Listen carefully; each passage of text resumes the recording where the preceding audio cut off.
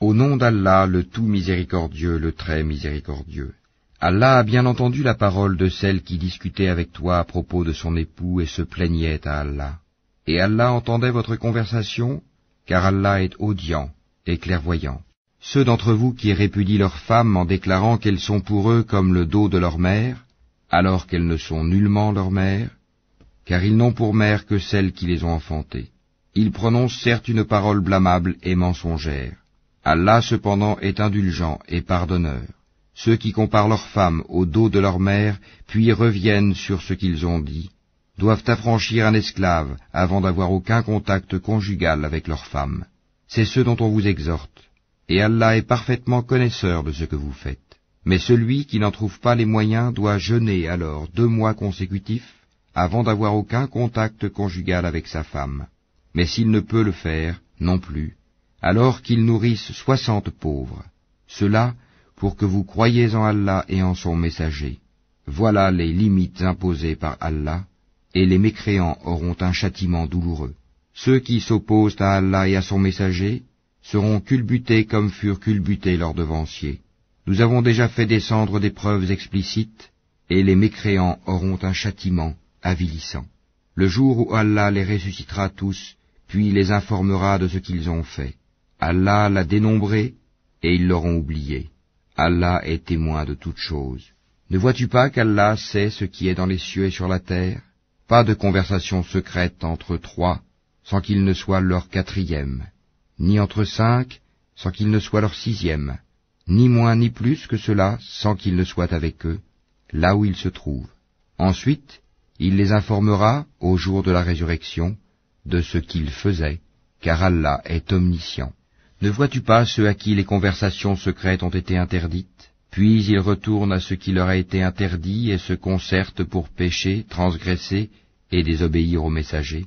Et quand ils viennent à toi, ils te saluent d'une façon dont Allah ne t'a pas salué, et disent en eux-mêmes, « Pourquoi Allah ne nous châtie pas pour ce que nous disons ?» L'enfer leur suffira, où ils brûleront. Et quelle mauvaise destination! Ô vous qui avez cru! Quand vous tenez des conversations secrètes, ne vous concertez pas pour pécher, transgresser et désobéir au messager, mais concertez-vous dans la bonté et la piété.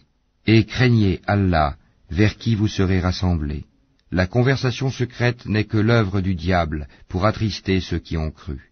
Mais il ne peut leur nuire en rien sans la permission d'Allah, et c'est en Allah que les croyants doivent placer leur confiance. Ô vous qui avez cru, quand on vous dit « faites place aux autres dans les assemblées », alors faites place. Allah vous ménagera une place au paradis. Et quand on vous dit de vous lever, levez-vous. Allah élèvera en degrés ceux d'entre vous qui auront cru, et ceux qui auront reçu le savoir. Allah est parfaitement connaisseur de ce que vous faites. Ô vous qui avez cru, quand vous avez un entretien confidentiel avec le messager, faites précéder d'une aumône votre entretien, cela est meilleur pour vous et plus pur. Et si vous n'en trouvez pas les moyens, alors Allah est pardonneur et très miséricordieux. Appréhendez-vous de faire précéder d'aumône votre entretien? Mais si vous ne l'avez pas fait et qu'Allah a accueilli votre repentir, alors accomplissez la salate, acquittez la zakat, et obéissez à Allah et à son messager. Allah est parfaitement connaisseur de ce que vous faites. N'as-tu pas vu ceux qui ont pris pour alliés des gens contre qui Allah s'est courroucé? Ils ne sont ni des vôtres ni des leurs, et ils jurent mensongèrement alors qu'ils savent. Allah leur a préparé un dur châtiment, ce qu'ils faisaient alors était très mauvais.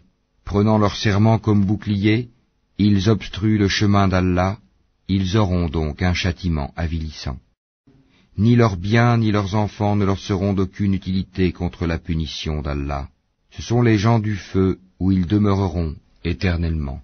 Le jour où Allah les ressuscitera tous, ils lui jureront alors, comme ils vous jurent à vous-même, pensant s'appuyer sur quelque chose de solide. Mais ce sont eux les menteurs. Le diable les a dominés et leur a fait oublier le rappel d'Allah. Ceux-là sont le parti du diable, et c'est le parti du diable qui sont assurément les perdants. Ceux qui s'opposent à Allah et à son messager seront parmi les plus humiliés.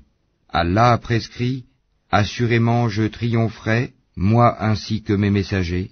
En vérité, Allah est fort et puissant. » Tu n'en trouveras pas parmi les gens qui croient en Allah et au jour dernier, qui prennent pour amis ceux qui s'opposent à Allah et à son messager, fussent-ils leurs pères, leurs fils, leurs frères ou les gens de leur tribu. Il a prescrit la foi dans leur cœur, et il les a aidés de son secours. Il les fera entrer dans des jardins sous lesquels coulent les ruisseaux, où ils demeureront éternellement. Allah les agrée et il l'agrée. Ceux-là sont le parti d'Allah. Le parti d'Allah est celui de ceux qui réussissent.